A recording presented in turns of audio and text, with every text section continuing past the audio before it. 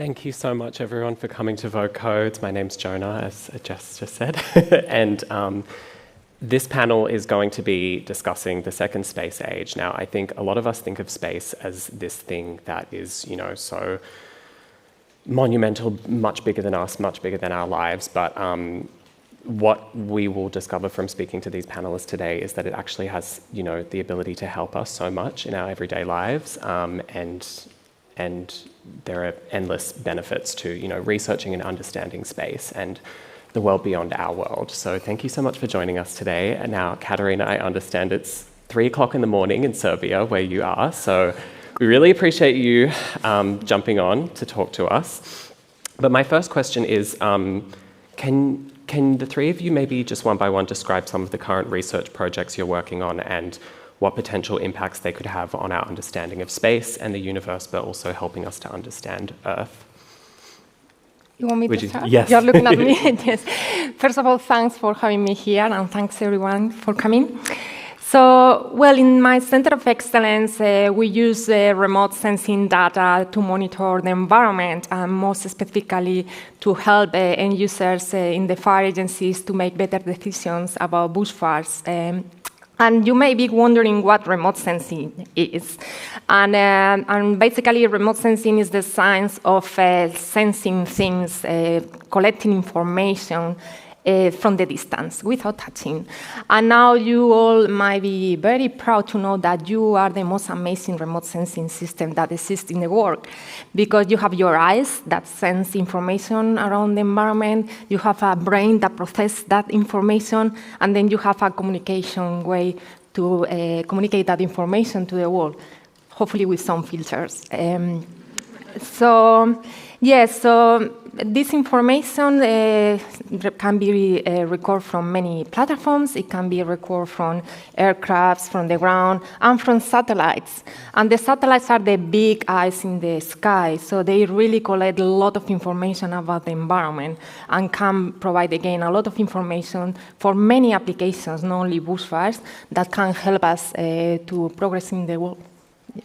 I think it's quite remarkable. I mean, obviously, living in Australia, we're so susceptible to bushfires, and I think that coming out of the La Nina sort of past 3 years that we've lived through, people are thinking about, fire safety and thinking about how to, predict, like things that could happen in future years. What are some of the key things that need to happen in the next few years to help curb global warming from your research perspective? Well, definitely first things, we need to combat climate change. And for that, we need to decrease emissions. And from my research point of view, and being an expert on bushfires, we also need to decrease the possibility of a bushfire to occur, because bushfires are one of the key sources of CO2 and greenhouse emissions. So for that, we need to really accelerate the technologies that can provide information to make better decisions on bushfires. And those technologies are very diverse. We have technologies that can give us information about where and when a fire can occur and how quick that fire will spread. And we have satellites, again, that can give us that information. And we, at the Australian National University, we are working on a satellite mission, the first mission in Australia and worldwide that will be giving information on where and when a fire may occur. And it's called the Resilience Mission with the Ausfuel payload. So take note, because you will see soon that mission launch into space. But also, it's very important to detect fires early. And that's the specific thing that my Center of Excellence, the ANU Optus Bushfire Research Center of Excellence, is working on. We need to detect fires early, because the earlier we detect those fires, the smaller they are at the time of firefighters arriving to the scene, and therefore the higher the chances of first attack success. It's very simple. So again, satellites can detect fires. We can have integrated systems that also rely on sensors on the ground, drones with thermal cameras, cameras on fire towers. Because again, there is no a single technology that has the solution. It's always better to have an integrated solution. So again, it's not only about space science, it's also about grounding the sensors in combination with other technologies that can give you a better chance to detect the fires when they are small, and that will speed up the response. Yeah, and I guess also use maybe AI technology to, know where fires might break out and what areas to better protect. But yeah, it's incredibly fascinating. Katarina, I might hand over to you. Obviously, the work that you do involves so much of studying planets that aren't ours. What's the importance of, understanding planets within the universe to, understand our place within the universe and therefore further understand life on Earth and how we can adapt to a changing world? All right, thank you very much for that lovely introduction and the questions, and my apologies for not being there in person. I do miss out on a great event, so I'm really sorry about that this time. I'm a planetary scientist, and my work generally involves looking up. So what you've just heard from Marta, that looking at what's happening on the Earth using remote sensing techniques through satellites looking down around the Earth. My work generally involves looking at other planets in our solar system, moons, asteroids, other planetary bodies, and also drawing parallels and analogies with our planet, as a planetary body, as one of those objects in the solar system. But the beauty about planetary science and the exploration of the solar system is that is driven by that fundamental urge, if we can call it, that stems from ancient times about where did we come from and why are we here? Are we alone in the universe? And, are we center of the universe? And obviously we know we're not, but it is this fundamental question and that human curiosity about our life in the universe. So bringing it a little bit more down to Earth, what I do is studying planetary bodies in the solar system and how the solar system had evolved, how Earth had evolved as a planet, and why are we different? Are we different to other planetary bodies, and what sets us apart? Are there any other, particularly what we do now at this point in time, a new project looking at resources off Earth? And when I say that, it's not in that really harming, let's call it a mining element. It's more like looking for past and present, potentially present, signs of water on Mars, for example. Because if we can find whether there was water on Mars in the past or where it can be to present day, we can actually assess human space flight in the future and learn to live off the land a little bit more, for example. Yeah, and I mean, obviously with what you do comes a lot of knowledge and intrinsic understanding of all kinds of different planets, and I think that that's what scares a lot of people about space, is that it is so gargantuan and bigger than we could ever, humanly understand. But in your world, when it comes to entrepreneurship and leading, what makes a successful researcher?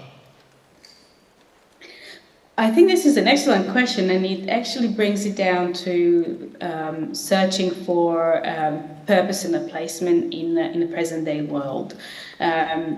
We as researchers, we're driven by passion for what interests us, and I think space is an amazing motivator and a way that we find a lot of inspiration. It is daunting as well, but they're basically all STEM disciplines can find their place in space and being applied to space. So a successful researcher leading a project needs to have a bit of awareness to what a modern human life needs, right? So what does modern humanity needs, and how do we drive R&D science forward so that we expand the pool of knowledge to the betterment of humankind? And I think space exploration has this key element that we know that space is hard and doing stuff for space is difficult, but there is so many spin-offs that we've seen in the past 5-6 decades that have actually been applied to betterment of human life on Earth. So I actually do really feel and believe that this is just going to continue.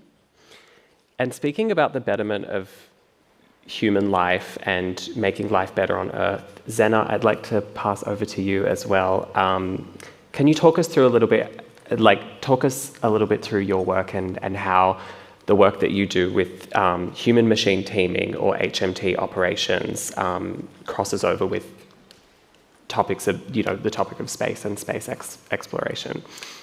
Yeah, sure. So my research is on the safety of human-machine teaming. Mm-hmm. And human-machine teaming it essentially describes a more intimate and intricate relationship between humans and machines. Mm-hmm. And it's when machines kind of are transitioning to being more than just tools. So they're quite embedded in our everyday lives and in how we use them. And because of that transition, the kind of concept of safety changes a little bit. Mm. So safety, traditionally, when you say that word, people think about physical safety or physical harm. But as we have these technologies become more ingrained into our everyday lives, that concept of safety really does change to include things like trust and like ethics. So my research looks at how we not only understand how safety has changed, but how you capture it. Because things like trust and ethics are very difficult to capture. You can't quantify them. They mean different things to different people. So being able to put forward a piece of technology and say that it's a trustworthy piece of technology and that we're using it ethically is a really challenging thing to do, because that concept means very different things to different people. But my research is focused on robotics, autonomous systems, and AI applications in the aerospace and aviation domains.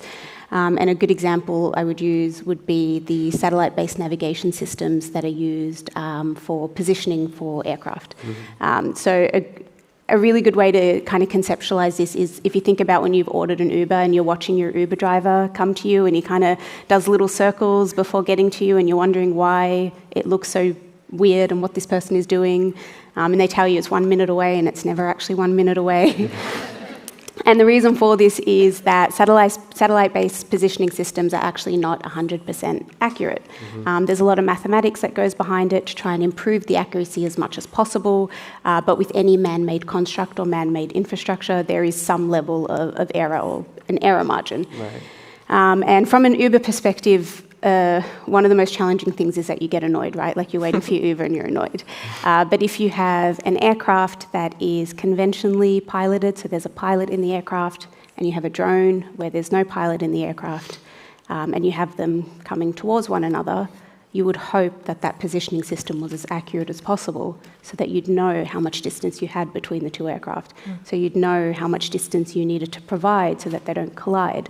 So that's kind of where my research comes in, which is being able to demonstrate that these technologies, these robotics, autonomous systems, and AI technologies are safe and trustworthy and ethical, and kind of expand on that concept of safety.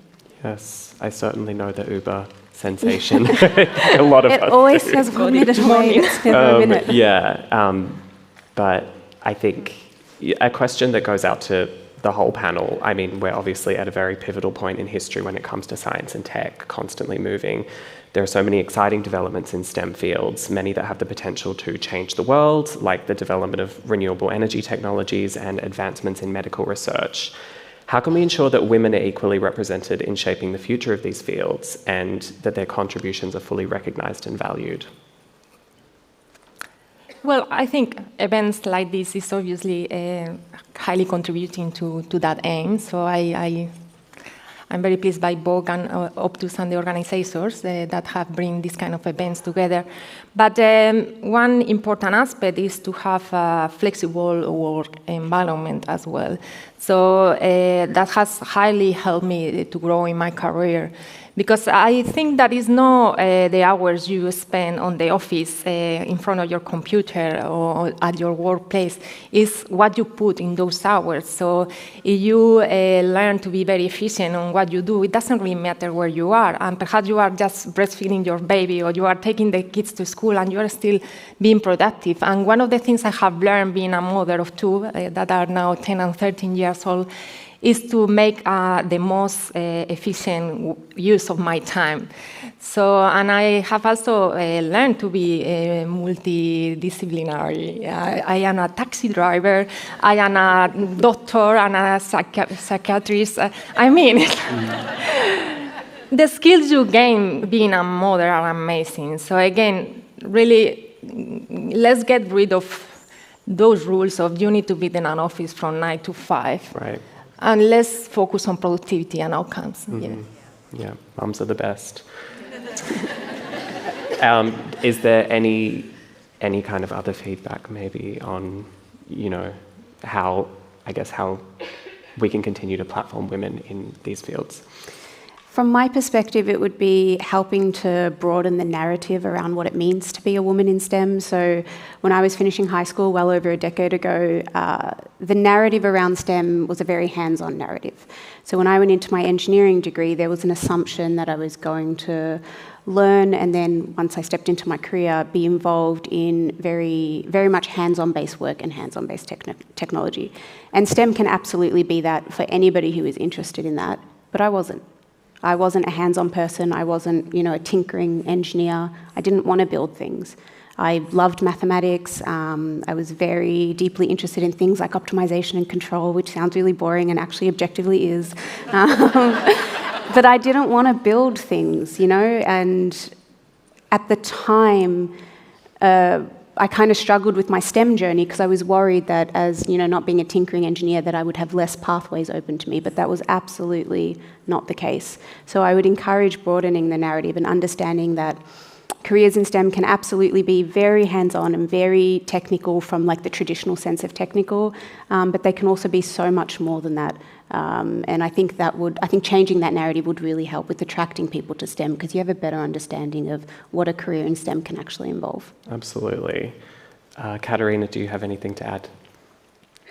Sure, I can add a little anecdote that I often talk to my students about. They are undergraduate students though, but I think this is the kind of narrative that should be expanded. It could be expanded in earlier and younger years and can be a subject of conversation at homes as well. I have a lot of students that are studying physics, and often physicists or future physicists struggle with figuring out what it is they're going to do when they graduate. And that's just one of the anecdotes I can share. And I tell them, you can be anything you want, but you can't be a ballerina or a medical doctor. And it's just an example to say that without having physical capabilities to be a ballerina, you can't be a ballerina and a physicist. And also without further training, you can't become a medical doctor and a physicist. But basically, STEM subjects, the STEM disciplines, whichever they are teaching us how to use a head, how to think critically, how to break down a problem, how to understand how the world ticks around us.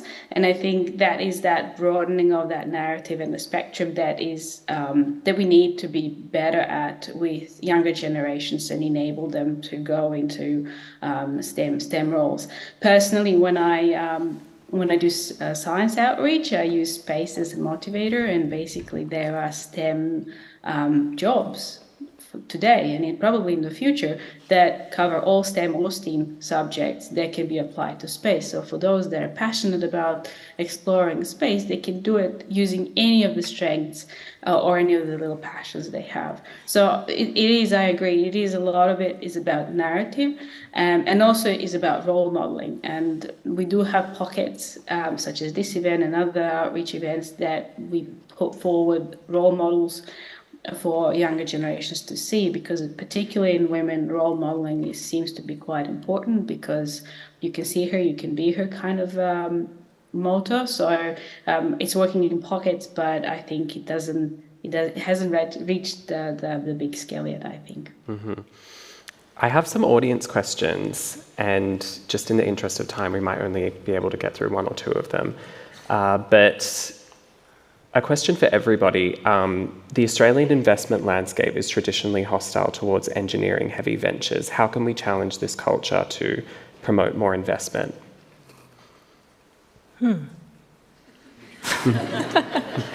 That's beyond my payload. I think, yes, look, yes. No, I was just going to say, I mean, if that's, because I think, well, actually, Maybe I can try? Yeah. I think any science, any STEM disciplines is underrepresented in terms of funding, and support that we could or should receive. To be able to pursue anything from fundamental science, applied science to engineering, we simply need more funding. Mm-hmm. So I'm pleading for more funding. Yeah. Yes, that's right. Yeah. And for Marta, the technology that you're developing for bushfire early detection, will this be available publicly to help protect communities, for example, local councils? Yes, definitely. So the idea is to all the technology to be made publicly available.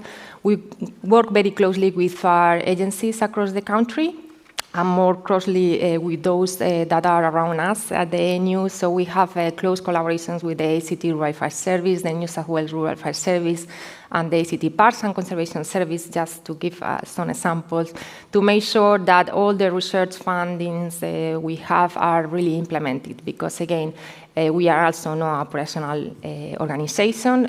We do research. But that research transition sometimes is very hard. So we need to bring end users together since the beginning. So we make sure anything we develop can be used. And also we work with private companies as well to make sure that they may be able to commercialize some products and produce it operationally. Yeah. And one last question for Katarina. What is your favorite planet and why? That's a very difficult question. I do have a favorite planet and a favorite moon. So if I can be self-proclaimed lunatic and a Martian, that means I prefer working on Mars and also the moon, because those are the two bodies that have been best explored to date. And there's so many questions that have left unanswered, but also the moon is a place that is easiest to reach in terms of human spaceflight, and it's the shortest journey to get there. And there is so much we can do by establishing base on the moon in terms of exploring the solar system from there. And Artemis program is spearheading that in the next decade or so. And also Mars, because it is believed that Mars had free-flowing water in the past, in ancient past, and might have had an atmosphere that was more looking like Earth. But something happened in its evolution that it lost all of those beautiful features that made it maybe even habitable. So those are some super intriguing questions that are not really anymore in the domain of sci-fi. We have actually have seriously good research and exploration and data from that planet that we can start making some of those conclusions already. And already have. No, I mean, as a big space movie geek, it's exciting to speak. I could listen to you talk for a while. But thank you so much for being here, the both of you, and Katarina as well. And feel free to come up and ask any of us any questions today if you have questions. But enjoy the rest of Codes.